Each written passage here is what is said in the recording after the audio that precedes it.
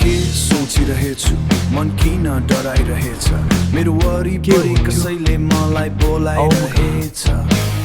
कसले बोलायो मलाई मलाई चाहने जस्तो